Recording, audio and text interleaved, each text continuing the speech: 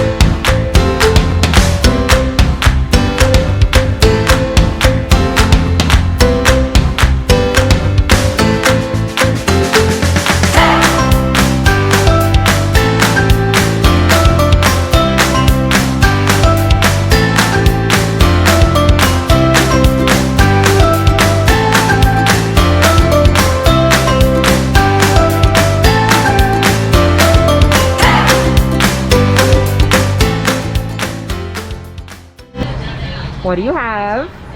Dole Whip. We need to go find something to sit. There's a table over there.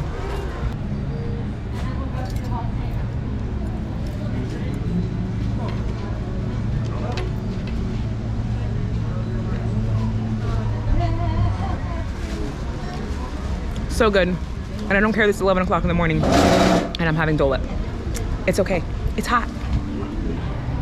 Mr. Martin, why do you like the Dole Whip?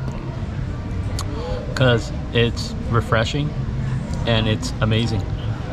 What makes it amazing? Is it when your wife keeps trying to interview you and you get to eat it all because she's too busy talking? Maybe. I'm gonna stop talking and eat the Dole Whip.